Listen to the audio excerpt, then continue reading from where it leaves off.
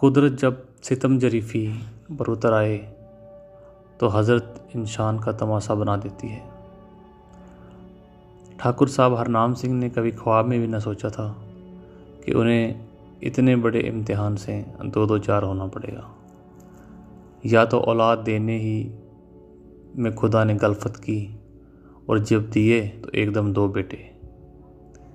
बेटा तो उनके यहाँ एक ही पैदा हुआ, लेकिन एक से दो कैसे हो गए, यह भी एक अजीबोगरीब किस्सा है।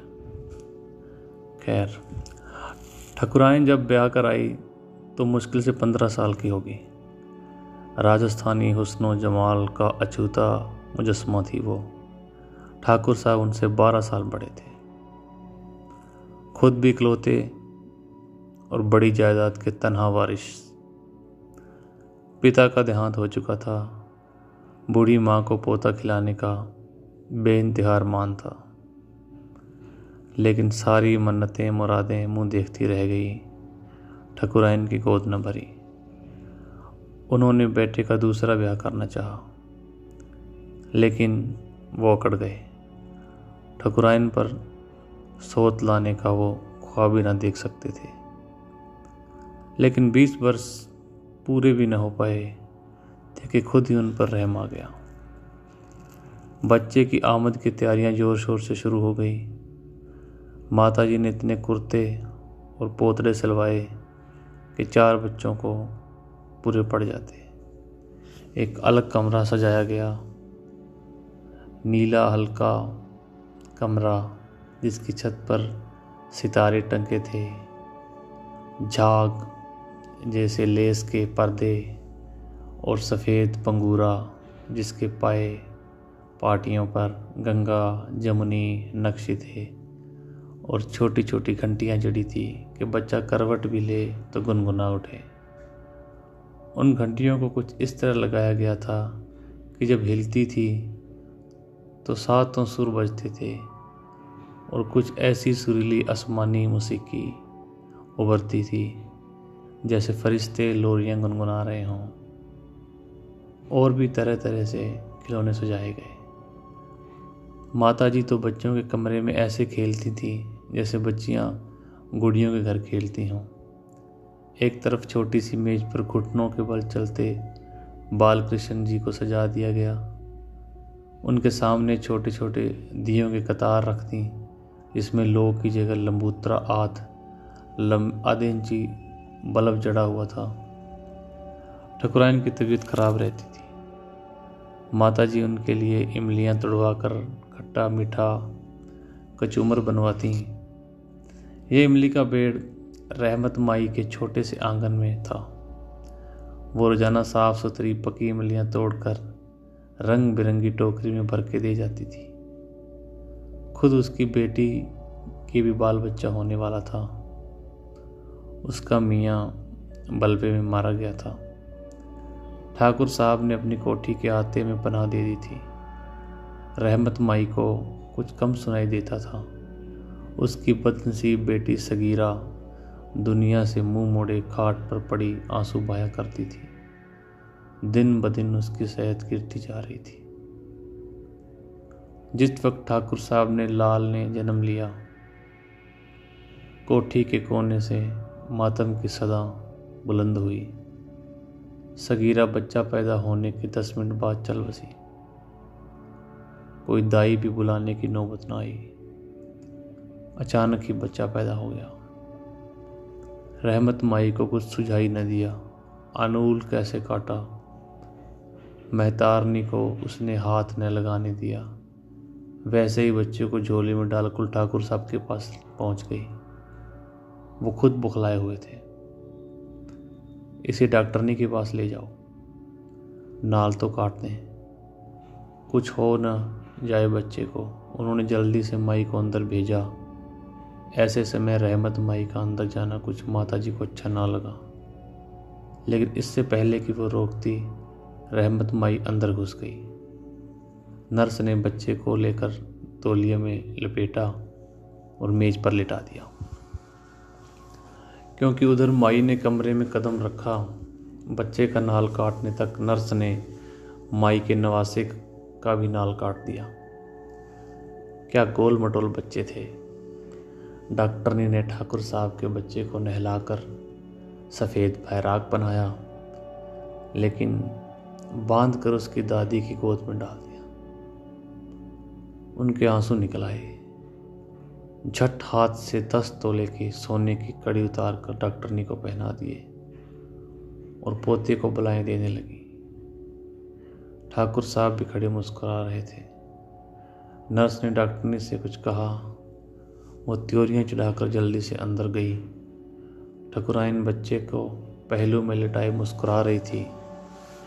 थोड़ी देर के लिए डॉक्टरनी सन्नाटे में रह गई और कुदरत ने एक कहकहा लगाया, क्योंकि उसके बाद बौखलाहटने का एक तूफान सारे घर में टूट पड़ा। ठकुराइन कहती थी, जो बच्चा नर्स ने उसकी गोद में दिया वही उनका सपूत है, मगर दादी अम्मा ने जिस पोते की बलाएं लेकर सोने के कड़े डॉक्टरनी को दिए थे, वो अपनी गोद वाले बच्चे को ही पोता मानने पर बाजिद थी। मगर यह सब हुआ कैसे? डॉक्टरनी पूरे यकीन के साथ कह रही थी कि जो बच्चा उसने माता जी की गोद में दिया है वही ठाकुर साहब का बेटा है। लेकिन नर्स कहती थी कि उसे अच्छी तरह याद है कि उसने ठाकुर साहब के बच्चे को गुलाबी तौलिए में लपेटा था और माई का नवासा फिरोजी तौलिए में लपेटा हुआ था। वाह, क्या मैं अपने बच्चे को न पहचानूंगी? ठकुराइन फिरोजी तौलिए के चक्कर में नहीं पड़ना चाहती थी और उनकी गोद का बच्चा बिल्कुल बाप पर गया था। हाँ, ठोडी माँ पर थी, लेकिन ठाकुर साहब को दोनों बच्चे गोश्त की बोटी की शक्ल के मालूम हो रहे थे। माताजी कहती थी कि उनकी गोद वाला बच्चा ही उनका पोता है, क्योंकि उसकी तरफ उसका कलेजा खिंच रहा है। लेकिन फिर सब चुप हो गए। रहमत माई खंबे से लगी बैठी आंसू बहा रही थी। मस्जिद से लोग बेटी का कफन दफन करने आए हुए थे। वो नवासी को क्या पहचानती, वो तो खुद को भूली हुई थी। गम के बोझ से दबी जवान बेटे की मौत का धक्का सराहने में जुटी हुई थी। ठकुराइन ने जब माई के नवासे को देखा तो भुचंकी रह गई। न जाने क्या सनक सवार हुई कि रो रो कर हलकान हो गई। लोग उन्हें धोखा क्यों दे रहे हैं? ठीक कहती हैं माताजी, उनकी गोद का बच्चा ही उनका पूत है। लेकिन जब नर्स उनके पहलू से बच्चा उठाने लगी तो मचल गई। फिर सब बिल्कुल बदहवास हो गए। एकाएकी ठकुराइन दोनों बच्चों को समेट कर अड़ गई कि मेरे तो जुड़वां पैदा हुए हैं, तुम लोग तूफान जोड़ रहे हो। दूसरे दिन एक हंगामा खड़ा हो गया। सब सोच रहे थे कि दिन की रोशनी में दूध का दूध और पानी का पानी अलग हो जाएगा। अपना बच्चा भुला छुपा सकता है, कोई नहीं छुपा सकता। खून की कशिश भी कोई चीज़ है, लेकिन जैसे ही उनके पास एक बच्चा उठाया जाता है वो अपना फैसला बदल देती हैं। ठकुराइन की ऐसी हालत हो गई कि बड़ा डॉक्टर बुलवाना पड़ा और सारे मोहल्ले में खबर फैल गई कि बच्चे गहू महू हो गए और मोहल्ले से बात शहर तक पहुंची। चोमी गोइयाँ होने लगी। किसी ने कुछ कहा, किसी ने कुछ। रहमत माई हराफा मतलब नीच औरत। रहमत माई हराफा है। जानबूझकर ड्रामा खेला गया ताकि उसका नवाशा ऐश करे और बेचारा ठाकुर साहब का बच्चा भीख मांगे। और पाप हो जाएगा, एक हिंदू का बच्चा मुसलमान के घर पलेगा, संस्कृति को ठेस लगेगी। ये एक गिरोह के लोगों की राय थी। दूसरे गिरोह के लोगों का ख्याल था कि ठाकुर साहब ने जानबूझकर घपला किया है। इस तरह वो एक मुसलमान बच्चे को अपने कब्जे में करने पर तुले हुए हैं। खूब बहसें चल रही थी। कई मोहल्लों में तनाव फैल गया। एक हिंदू लड़के ने एक मुसलमान को थप्पड़ मार दिया। बस 2-4 छुरियां चल पड़ी। खून खराबे होने लगे। पुलिस नाकों पर डट गई। बलवे पर काबू पा लिया गया। बाद में पता चला कि हिंदू लड़के ने जिस मुसलमान को थप्पड़ मारा था वो मुसलमान नहीं, हिंदू ही था। दोस्तों, आप सुन रहे हो इस्मत चुगई की लिखी हुई कहानी वो कौन था। सब झूठ।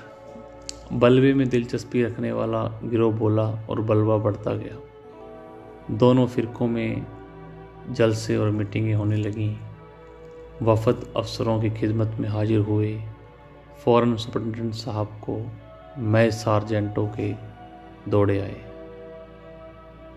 दोनों बच्चों को तफ्सिया होने तक सरकारी अस्पताल में भेज दिया गया। क्यों मैं अपना इकलौता बच्चा खैराती अस्पताल में क्यों भेजूं? ठाकुर साहब अड़ गए।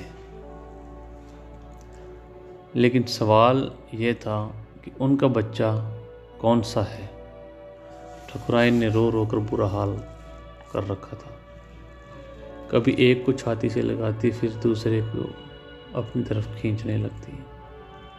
उन्होंने कह दिया कि एक भी बच्चे को किसी ने हाथ लगाया तो वह हश्र बरपा देंगी। पुलिस में हिम्मत है कि बच्चे को ले जाए। जाहिर है ऐसे वक्त में ठकुराइन से जिद बांधना उन्हें कत्ल करने के बराबर था। उनका दिमागी तवाज़ुन बिगड़ जाने का खतरा था। वैसे सभी का दिमागी तवाज़ुन डगमगा रहा था। खुदा ने बरसों बाद एक बच्चा दिया और वो भी इस खटाई में पड़ गया। इसकी वजह से खून खराबे हो रहे हैं। ठाकुर साहब हैरान परेशान और बेबस थे। बच्चों को जरा बड़ा होने दीजिए, हफ्तों 2 हफ्तों में नाक नक्शे निकल आएगा, पहचान जाएंगे, लोगों ने राय दी। रहमत माई चौखट पर बैठी रो रही थी।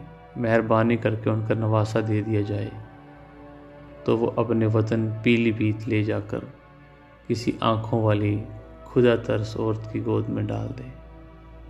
बिन माँ बाप का बच्चा पले तो पले कैसे। अब वही दुनिया में उसका सब कुछ था, इकलौती बेटी की आखिरी निशानी। और जब बुढ़िया को हकीकत समझने की कोशिश की गई तो वो पछाड़ें खाने लगी। मजबूरन ठाकुर साहब ने कहा, दे दो कमबख्त को बच्चा कि पाप कटे। सवाल यह था कि कौन सा बच्चा। मुझ अंधी को कुछ नहीं सूझता। तुम आँख वाले हो, तुम्हारे भी दीदे फूट गए। रहमत माई बड़बड़ा रही थी। गरीब बुढ़िया का टेटुआ दबाना है तो दूसरी बात। बड़ी छक छक के बाद एक बच्चे के हक में फैसला हुआ कि वो बुढ़िया का नवासा है। लेकिन उसमें एकदम माता जी को अपने पति यानी बच्चे के दादाजी की शहावत नजर आने लगी। वो छाती पीटने लगी। अब तो रहमत माई को यकीन हो गया कि वो लोग उसे झांसा दे रहे हैं। वो फूट फूट कर रोई कि कलेजे हिल गए।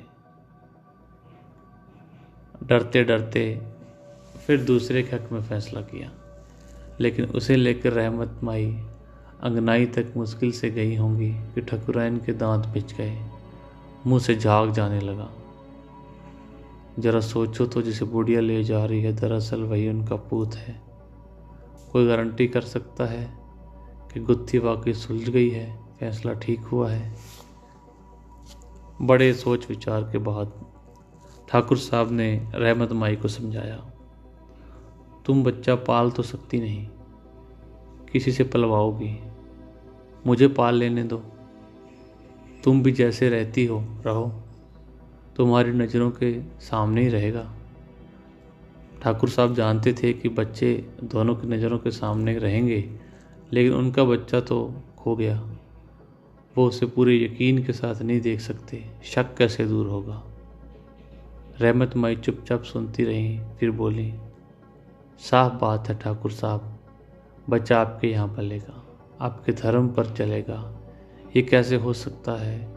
हशर के दिन खुदा को क्या मुंह दिखाऊंगी कि एक मोमिन का बच्चा काफिर बन गया। मेरी अकीबत खराब हो जाएगी। और फिर बड़े मौलवी साहब तो जमात से बाहर करने को कहते हैं।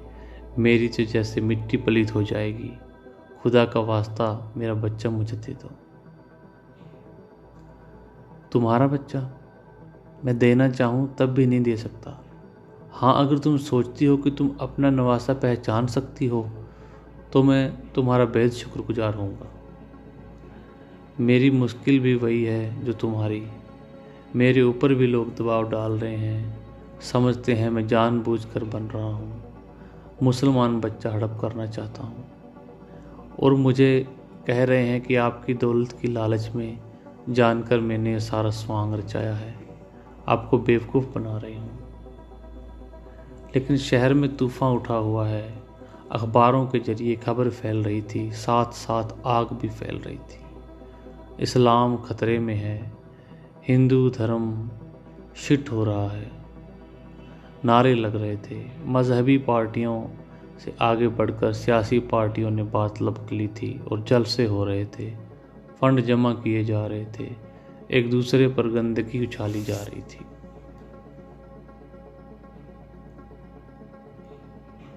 दोस्तों, आप सुन रहे हो इस्मत चुगताई की लिखी हुई कहानी वो कौन था। नारे लग रहे थे, मजहबी पार्टियों से आगे बढ़कर सियासी पार्टियों ने बात लपक ली थी, जलसे हो रहे थे, फंड जमा किए जा रहे थे, एक दूसरे पर गंदगी उछाली जा रही थी। मुल्क के साथ नाइंसाफ़ी और जुल्म। मुल्क का बंटवारा काफ़ी नहीं, अब हर घर में एजेंट छोड़े जा रहे हैं। नाजियों की तरह बच्चे मुल्हिद बनाए जा रहे हैं। यह सब नक्सलाइट की कारस्तानी है। जमहूरियत पर ज़बरदस्त चोट। इसमें चीन का हाथ है, हमारे निज़ाम को दरहम बरहम करने के लिए। CIA सबूताज कर रहा है, गद्दी छोड़ो। और फिर पार्टियों में इस सवाल पर जूते चल गए, फूट पड़ने लगी, वो कौन था। मिनिस्ट्रियां डगमगाने लगीं। इधर कभी लोग रहमत माई को भड़काते और वो खुदा का कहर बन जाती। न अच्छी तरह सुन न देख पाए, न हाथ पैरों का काबू, एकदम गाली गलौज पर उतर आई कि बौखला कर ठाकुर साहब उसे एक के बजाय दोनों बच्चे देने पर राजी हो जाते हैं। लेकिन जब भी वो मुतमईन न हो पाती तो अपना नवासा ही मिल रहा है तो उसे गुस्से और झुंझलाहट में आकर चौखट पर माथा फोड़ने लगती। अल्लाह रसूल का वास्ता, मेरा नवासा मुझे दे दो। वो घिघियाती तो सबके कलेजे मोम हो जाते। ऐसा भी होता कि लोगों का ध्यान किसी दूसरे गर्मा गर्म हादसे की तरफ बटा हुआ होता और वो हिंदू मुस्लिम बच्चों के सवाल को भूलकर किसी और सिलसिले में लड़ने झगड़ने लगते। जब रहमत माई दुआएं पढ़ पढ़ कर दोनों बच्चों पर फूंकती, अल्लाह पाक सब हिसाब किताब समझता है, दुआ यकीन उनके नवासे के खाते में ही जमा होगी, इंशाअल्लाह कोई खयानात ना होगी।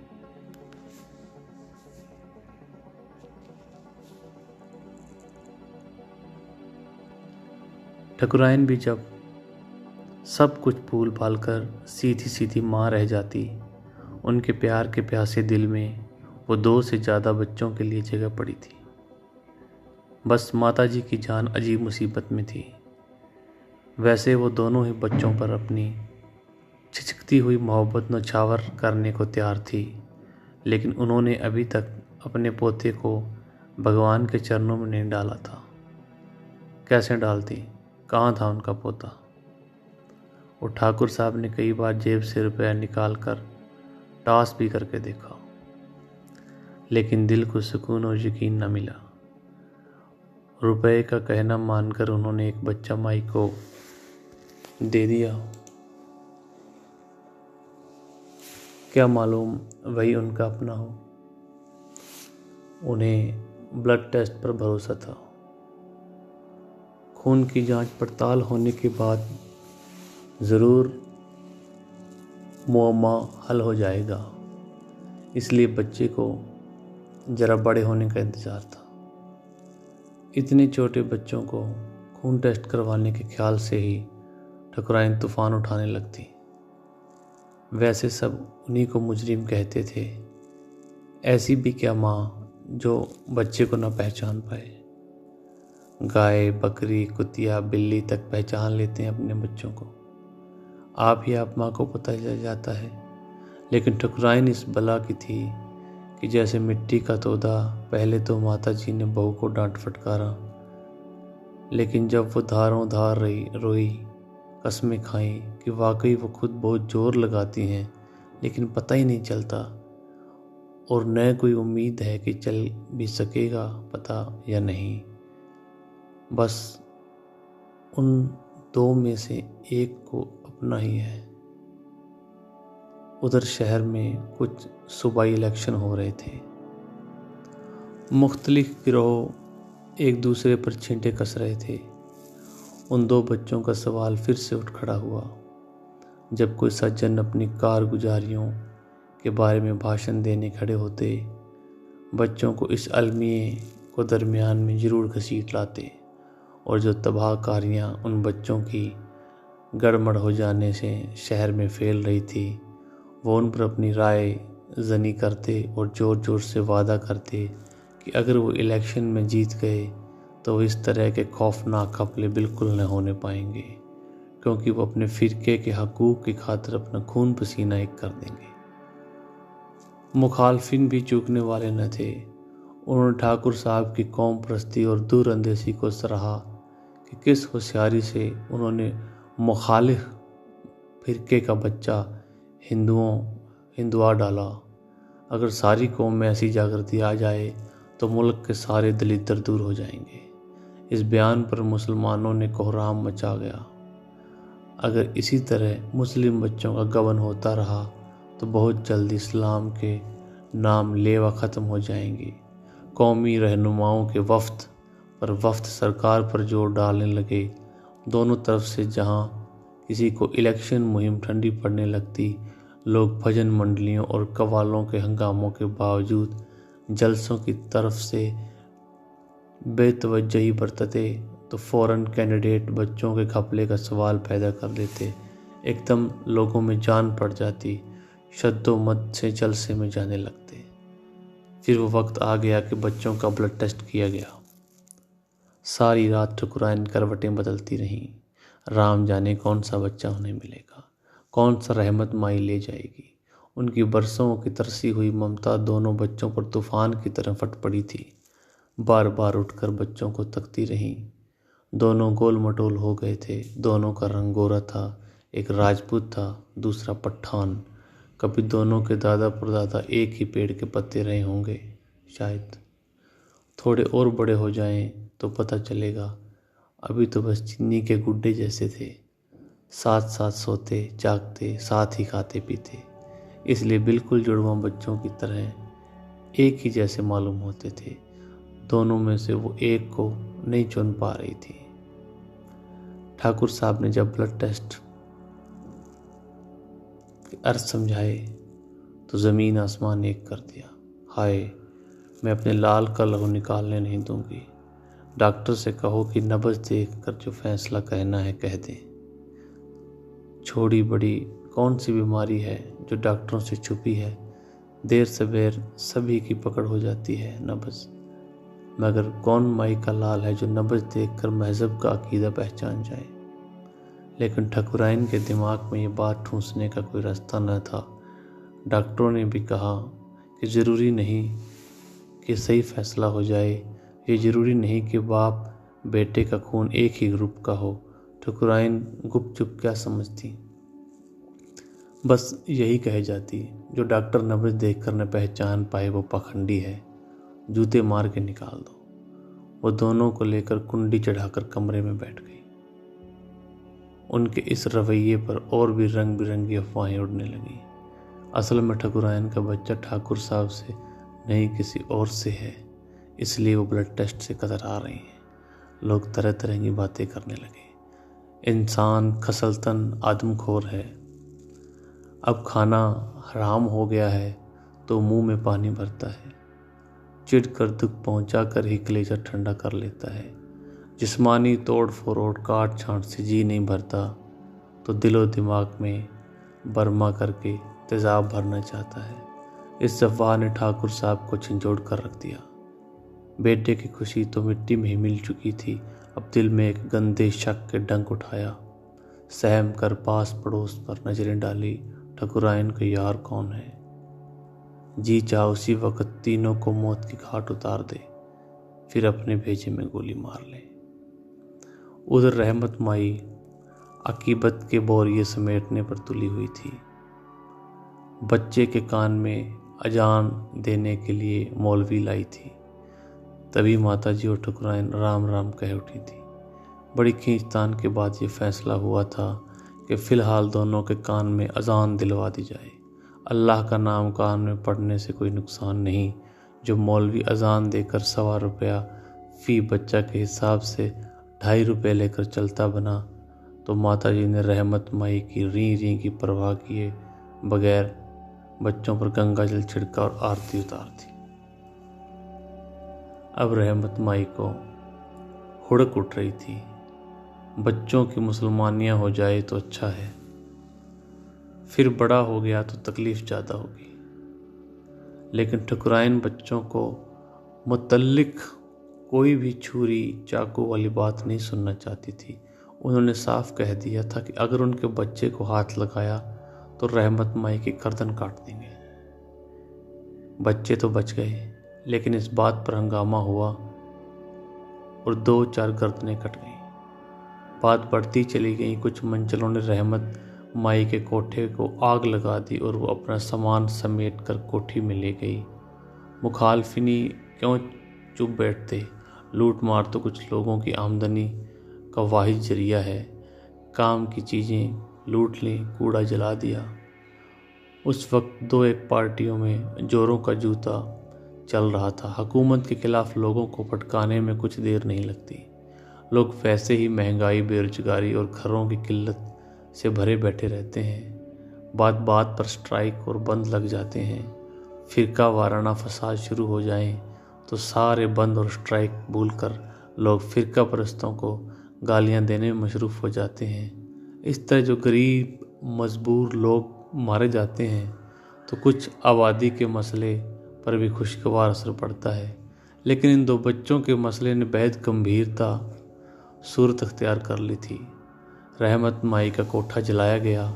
इसके जवाब में ठाकुर साहब की कोठी जलाने की कोशिश की गई। हालांकि वो कोठा जिसमें माई रहती थी ठाकुर साहब का ही था, लेकिन इंतकाम में अकल कौन जाया करे। मुसलमानों का एक लंबा जुलूस कोठी के गिर्द आकर रुका। नारे लगने लगे। जवाब में दूसरी तरफ से फौरन हिंदुओं का मजमा आ गया और बाकायदा मोर्चा कायम हो गया। रहमत माई भूली बिसरी आयतें पढ़ पढ़ कर फूंकने लगी और ठकुराइन ने बच्चों को गोद में लिया और कोठे पर जाकर डट गई। जीने पर ठाकुर साहब बंदूक तान कर खड़े हो गए। नौकर चाकर खिड़कियां दरवाजे बंद करने लगे। बाहर बाकायदा दोनों मोर्चे डटे हुए थे। रहमत माई को ज़बरिया कैद से आज़ाद किया जाए और उनका नवासा उनके सुपुर्द किया जाए, मुसलमानों की मांग थी। रहमत माई और उनके नवासे को एक ठाकुर का घर गंदा करने की सज़ा मिलनी चाहिए, ये हिंदू कह रहे थे। रहमत माई जिंदाबाद, रहमत माई मुर्दाबाद। और रहमत माई खुशकिस्मती से ऊंचा सुनती थी। वो सिर्फ सोरो गुल सुन रही थी जो उसने अपने जवान दामाद की मौत से पहले सुना था। बातों के बाद फरीकीन एक दूसरे पर ईंट पत्थर फेंकने लगे। फिर चाकू छुरियां चलने लगी। ठाकुर साहब फ़ोन पर फ़ोन कर रहे थे। धड़ाधड़ उन्होंने हवा में चंद फायर किए। दंगाई एकदम हड़बड़ा कर भागे। सुनो भाइयों सुनो, ठाकुर साहब चिल्लाए। मजमा ठिठक गया। उन्होंने पूरे मजमे पर एक उड़ती हुई निगाह डाली। लोग आजकल ऐसा लिबास पहनते हैं कि अंदाज़ा लगाना मुश्किल हो जाता है कि कौन हिंदू है और कौन मुसलमान। ज़्यादातर मेले कुचेले नेकर और उटंगे पतलून पहने हुए थे। लोग फिर चिल्लाने लगे, रहमत माई को रिहा करो, बच्चा वापस दो। रहमत माई डायन है, बच्चा मल्लेच है, निकालो दोनों को। अच्छा मैंने सुन लिया। मैं वादा करता हूँ आप लोग कल सुबह तशरीफ़ लाइए। आप लोग जो फैसला करेंगे आप सबके सामने उस पर अमल करूँगा, ठीक। थोड़ी देर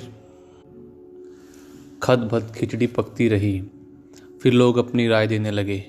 वो क्या कहना चाहते थे ठाकुर साहब सुन नहीं पाए, क्योंकि उसी वक्त पुलिस की जीपें सामने सनसनाती हुई आ पहुंची।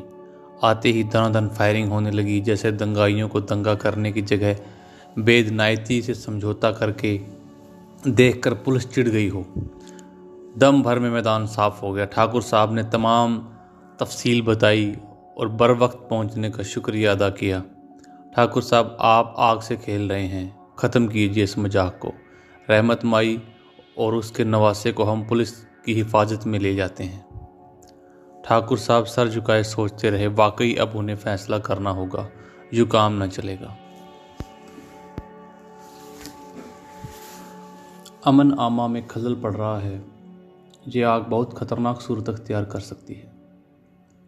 जी मैं समझ गया, आप फिक्र न करें, जैसा आप कहते हैं वैसा ही होगा। तो फिर देर न कीजिए, आज और रहने दीजिए। रहमत माई की तबीयत भी अच्छी नहीं है, बच्चे सो रहे हैं। जगाया तो कच्ची नींद में हलकान हो जाएंगे। फिर ठकुराइन को भी समझाना है, वो समझ जाएंगी। क्यों ना समझेंगी, एक दिन तो फैसला होना ही है। पुलिस अफसर के जाने के बाद वो अंदर नहीं गए, बाहर ही टहलते रहे। सारे लान पर पथराव की वजह से ईंट पत्थर पड़े थे। वो पैर बचा बचा कर चलते रहे। फिर वो अंदर गए। बच्चों के कमरे में 0 पावर का नीला बल्ब जल रहा था। नीला कमरा, नीले पर्दे, नीली रोशनी में जैसे आकाश का कोई अछूता कोना था, जहाँ 2 नन्हे नन्हे फरिश्ते मीठी नींद में सो रहे थे। सफ़ेद बेबी बेड पर दोनों बच्चे अड़े सोए हुए थे। ठकुराइन कई दिन से तकाजा कर रही थी कि बच्चों के लिए एक और बेड मंगवाइए, बड़े हो रहे हैं, एक दूसरे के हाथ मारेंगे। वो मुस्कुरा पड़े। हिंदू मुसलमान जो ठहरे लात गुस्सा न चलाएंगे तो खाना कैसा हजम होगा। गौर से वो बच्चों को देख रहे थे, जैसे पूछ रहे हों तुम कौन हो, जैसे बच्चे वाकई बोल ही पड़ेंगे। ठकुराइन पहले तो बहुत बिगड़ी, लेकिन जब मालूम हो गया कि कोई और चारा नहीं तो दोनों को एक एक घुटने पर डाले सारी रात बैठी सिसकियाँ भरती रहीं। सिर्फ एक रहमत माई थी जो बड़ी खराटे लेती रही, जैसे उसका निवासा मिल गया हो। बाकी सब ने रात आंखों में काट दी। सुबह सबके चेहरे पीले हो रहे थे, ठकुराइन की आंखें सूज रही थीं। फिर फैसले का वक्त आ गया। दरबार सजा, लोग तमाशा देखने जमा हुए। पुलिस का इंतज़ाम काबिल तारीफ़ था। ठाकुर साहब बरामदे में बैठे थे। ठकुराइन ने दोनों को नहलाकर प्यार किया, कुर्ते पहनाए, काजल डालकर नज़र का टीका माथे और पाँव के तलवे में लगाया, फिर आँखों के नल खोल दिए। रोती रही, रहमत माई अपना नवासा उठा लो। ए रहमत माई खांसी, तुम ही दे दो बहू जी, मैं अपने हाथ से इनका मैला पोतड़ा भी न दूंगी। राजपुतानी गुर्राई, जल्दी करो माई, बाहर लोग इंतज़ार कर रहे हैं। इंतज़ार कर रहे हैं तो करने दो, खुदा की मार उनकी सूरतों पर। इत्मीनान से वो कराही, घुटने चटकाती, मुँह ही मुँह में किसी को कोसती उठी। एक बच्चा उठाया और बाहर चली। ए माई सुनो तो, काहे को मुटराई, पहचान लिया? ठकुराइन ने मेरी मरी हुई आवाज़ में पूछा। हाँ हाँ, क्यों ना पहचानूंगी, मेरा नवासा हुआ ना। वो लपक कर बाहर चली गई। ठकुराइन का दिल साथ खींचता चला गया। उन्होंने बेबी बेड में लेटे बच्चे को देखा, जैसे वो कोई अजनबी हो, आज पहली बार मुलाकात हुई हो। उन्होंने उसे गोद में ले लिया, लेकिन गोद खाली ही रही। बाहर जाकर रहमत माई ने मजमे को बताया कि शुक्र खुदा का कि उसका नवासा मिल गया। सब खुश खुश चले गए। फ़क्र से जाते हुए मजमे को देखा, फिर गोद के बच्चे को देखा और सीढ़ियों पर उतरते उतरते रुक गई। कुछ देर पगलाई सी आंखों से देखती रही, फिर ऐसे पलटी जैसे कोई चीज भूल आई हो।